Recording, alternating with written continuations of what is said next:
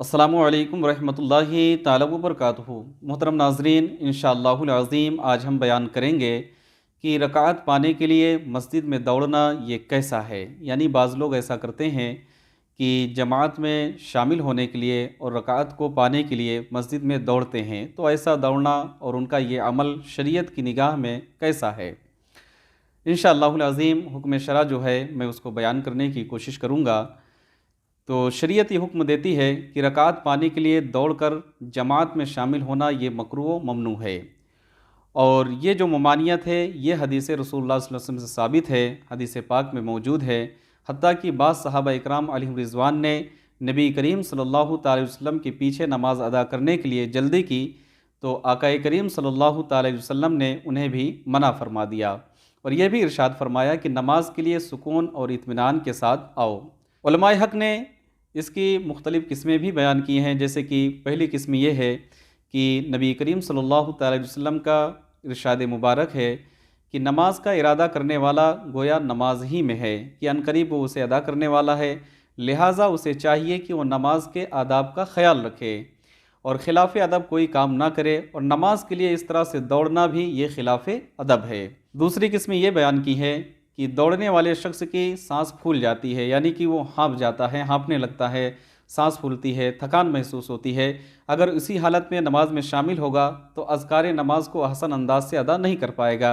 यानी अगर सांस फूल रही है या हाँफी लग रही है तो ऐसी सूरत में जो ज़िक्र व अज़कार हैं जो नमाज में अहसन अंदाज में जिनको अदा करना चाहिए वो अदा नहीं कर पाएगा, और खुशू व खुज़ू में भी खलल वाक़ होगा, क्योंकि सांस फूल रही है तो उस एतबार से वो नमाज सही तरीक़े से अदा नहीं कर पाएगा। जबकि नमाज में खुशू और खुज़ू का पाया जाना ये शरअन मतलूब है। उलमाए हक़ ने जो तीसरी किस्म बयान की है वो यूँ है कि नमाज की तरफ ज़्यादा कदम चलकर जाना ये बाइसे सवाब है, कि हर कदम पर एक नेकी मिलती है और दौड़ने और भागने की सूरत में इस सवाब में कमी वाक़ होगी। इनके अलावा वैसे भी मस्जिद में दौड़ना या ज़ोर से कदम रखना जिससे धमक पैदा हो बज़ाते ख़ुद मना है।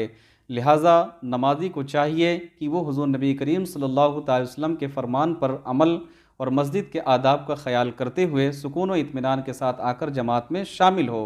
अगर कोई रकात छूट जाती है तो उसे इमाम के सलाम फेरने के बाद भी अदा करे। अलबत्ता अगर कोई शख्स रकात पाने के लिए कदर तेज़ी चलता है, यानी दौड़ता नहीं है, जिसे भागना या दौड़ना शुमार ना किया जाए, तो जिसकी वजह से मस्जिद में धमक भी पैदा ना हो रही हो, तो उसमें कोई हरज नहीं है।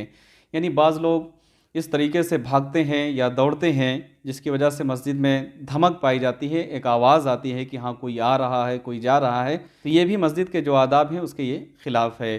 तो ज़ाहिर सी बात है हमको मस्जिद के अदब को मलहूज़ ख़ातिर रखना चाहिए और जहाँ तक मुमकिन कोशिश हो वहाँ पर तेज़ से दौड़ना या चलना, सारी चीज़ों की जो ममानियत है उस पर अमल करने की कोशिश करना चाहिए। सही बुखारी शरीफ की हदीस पाक है, हज़रत सैयदना अबू क़तादा रज़ियल्लाहु ताला अन्हु अपने वालिद से रिवायत करते हैं कि हम नबी करीम सल्लल्लाहु ताला अलैहि वसल्लम के साथ नमाज़ पढ़ रहे थे। अचानक कुछ मर्दों के दौड़ने की आवाज़ सुनाई दी। बाद नमाज यानी नमाज से फ़ारिग होने के बाद आका अलैहिस्सलातु वस्सलाम ने उन्हें बुलाया और बताया कि इत्मीनान के साथ मस्जिद में आया करो, और ये भी बताया कि जो रकात तुमको इमाम के साथ मिल जाए उसमें शामिल हो जाओ, जो बकिया नमाज़ें हैं इमाम के सलाम फेरने के बाद उसे पूरा कर लो। तो मालूम ये हुआ कि रकात पाने के लिए जो लोग दौड़ते हैं और जमात में शामिल होने के लिए मस्जिद में भाग कर आते हैं, उनकी सांस फूलने लगती है या खुशू और खुज़ू बरकरार नहीं रहता है, और जो अहसन अंदाज में ज़िक्र व अज़कार करना चाहिए वो नहीं कर पाते हैं, तो इन सारी चीज़ों का ख़याल रखना चाहिए और मस्जिद के आदाब का भी ख़याल रखना चाहिए। रही बात यह कि जितनी रकातें हमें जमात के साथ मिल रही हैं, यानी इमाम की इक़्तिदा में जो हम पा रहे हैं उसमें शामिल हो जाएं। बादहू जितनी रकातें हमारी छूट जाती हैं उन्हें बाद में हम मुकम्मल करें। अल्लाह करीम की बारगाह में दुआ है कि मौला ताला हम तमाम को इस मसाले पर अमल करने की तौफ़ीक़ रफ़ीक़ अता फ़रमाए। अस्सलामु अलैकुम व रहमतुल्लाहि ताला व बरकातुहू।